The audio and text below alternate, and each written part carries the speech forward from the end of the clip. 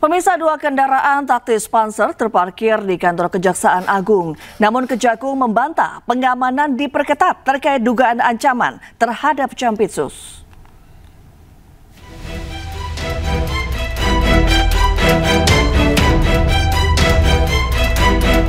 Dua kendaraan Panzer TNI jenis Anoa berlapis baja ini menjadi perhatian karena berada di lingkungan kantor Kejaksaan Agung.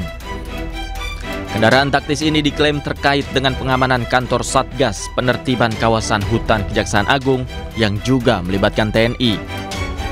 Kejaksaan Agung menilai ini adalah hal yang wajar karena kantor kejaksaan juga bagian dari objek vital negara sehingga perlu dijaga ketat. Selain itu, penjagaan ketat juga berkaitan dengan kasus-kasus besar yang sedang ditangani oleh Kejaksaan Agung. Kehadiran kendaraan taktis di kantor kejaksaan dikaitkan dengan penjagaan ketat di rumah Jampitsus Kejaksaan Agung, Febri Andriansyah. Ada dua. Tapi mahal secara urgensinya itu apa sih Pak sampai ada? Ya pengamanan lah, itu teman-teman TNI lah benar. Tidak ada masalah kok. Kan ini juga alat tempat ini juga, alat vital negara juga kejaksaan. Kebetulan angin-angin perkara besar kan. Bukan karena permintaan dari Kejagungnya karena enggak. ancaman atau apa gitu? Ini PKH. Ya, karena kan ada unsur TNI di dalamnya. Sebelumnya, rumah Jaksa Agung Muda Pidana Khusus ini dijaga ketat TNI karena diduga akan digeledah oleh polisi. Namun informasi ini telah dibantah oleh polisi dan Kejaksaan Agung sendiri.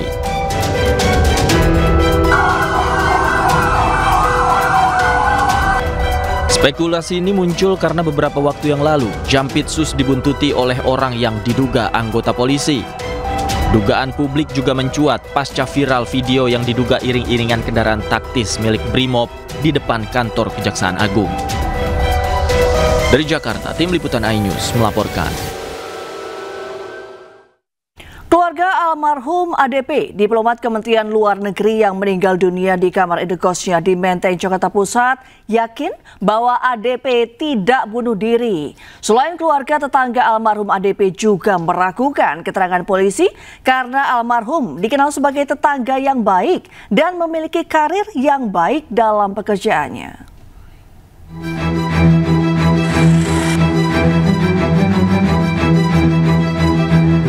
Keluarga Arya Daru Pangayunan, diplomat muda Kementerian Luar Negeri yang ditemukan meninggal di kamar kosnya di kawasan Menteng, Jakarta Pusat, akhirnya buka suara. Usai rilis polisi yang menyatakan bahwa tidak ditemukan unsur pidana dalam kematian almarhum. Keluarga menyatakan yakin bahwa Arya tidak bunuh diri. Kendati demikian, keluarga memberikan apresiasi atas kinerja kepolisian dalam menyelidiki kasus ini. Keluarga pun masih berharap polisi akan menuntaskan kasus dengan sebaik-baiknya. Ketika disinggung tentang adanya konsultasi almarhum sebelum meninggal kepada sebuah lembaga secara online, keluarga menyebut bahwa konsultasi terhadap pekerjaan ataupun sesuatu masalah adalah hal yang wajar. Terlebih, istri almarhum juga memegang password email Arya Daru Pangayunan dan mengetahui isi keluhan suaminya. Selain keluarga, tetangga rumah Arya Daru Pangayunan juga mengaku kurang percaya dan meragukan jika almarhum meninggal karena bunuh diri. Namanya orang konsultasi mengenai berbagai macam hal itu kan sifatnya pribadi ya Mas. Istrinya itu memegang password email itu gitu. Dan juga tahu kok kondisinya. Itu saja Mas yang bisa saya sampaikan. Sejauh yang kami ketahui, tahu. Memang kondisinya kan yang namanya orang dalam kondisi kerja terdapat perbedaan persepsi dan lain sebagainya, itu wajar. Kemudian menceritakan persepsi tersebut kepada pihak lain itu ya wajar. Itu jadi kami tidak berkomentar lebih lanjut Mas. Kalau saya percaya nggak percaya itu. Kenapa Pak? Karena kalau orangnya baik begitu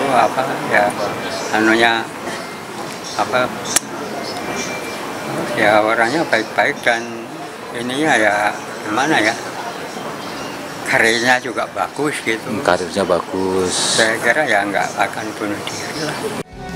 Sebelumnya dalam rilis polisi pada Selasa 29 Juli lalu, disimpulkan bahwa indikator kematian Arya Daru mengarah pada indikasi meninggal tanpa keterlibatan pihak lain, serta tidak ditemukan unsur pidana. Dengan kata lain, Arya Daru mengakhiri hidupnya sendiri. Dari Bantul, Yogyakarta, Trisna Purwoko, iNews melaporkan.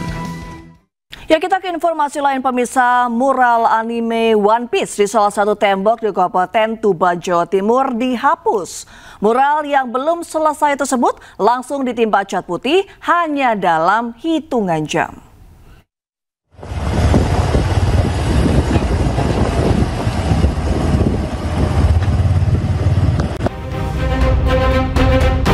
Video amatir warga memperlihatkan gambar mural bendera Jolly Roger dari anime One Piece di tembok milik warga di Kelurahan Sidorejo, Kecamatan Tuban, Kabupaten Tuban, Jawa Timur. Mural yang belum selesai tersebut berdiri di samping logo peringatan HUT RI ke-80. Namun hanya selang beberapa jam setelahnya, mural itu langsung dihapus dan ditimpa cat. Penghapusan dilakukan dengan pengawalan orang yang diduga merupakan aparat TNI dan Polri. Di sini yang ngecat dan teman-teman semuanya itu tidak tahu One Piece itu apa. Ditanya petugas, ya biasa itu kan ngecek lah sebagai teman-teman dari petugas dari TNI Polri, biasa ngecek karena pekerjaan mereka seperti itu. Usai ditutup, mural rencananya akan diubah menjadi gambar-gambar pahlawan nasional untuk menyambut HUT RI ke-80. Warga setempat berharap tak ada lagi kesalahpahaman seperti yang terjadi saat ini. Dari Tuban, Jawa Timur, Pipit Wibawanto, iNews melaporkan. Ya, Menteri Pertahanan Syafri Syamsuddin angkat bicara soal fenomena pengibaran bendera One Piece menjelang kemerdekaan RI. Dirinya tidak mempermasalahkan fenomena tersebut asalkan bendera One Piece tidak dipasang di bawah sangsaka merah putih. Sebagai bangsa harus berpikir jernih. Ini kan kemerdekaan direbut dengan darah, keringat dan air mata.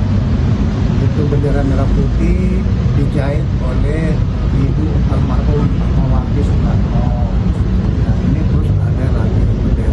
Ya apa sih benderanya? Jangan kau pajak di bawahnya bendera itu dong. Kan masih banyak juga orang yang berjasa. Ya kan? Ya terserah kalian lah bagaimana menilai. Tim Satgas Pangan Polri melakukan rekonstruksi beras premium oplosan di gudang PT Padi Indonesia Maju, anak perusahaan Wilmar Group di Serang, Banten.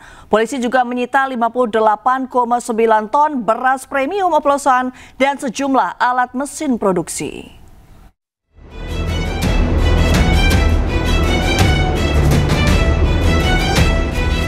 Rekonstruksi beras premium oplosan dilakukan tim Satgas Pangan Polri di gudang PT Padi Indonesia Maju di Serang, Banten.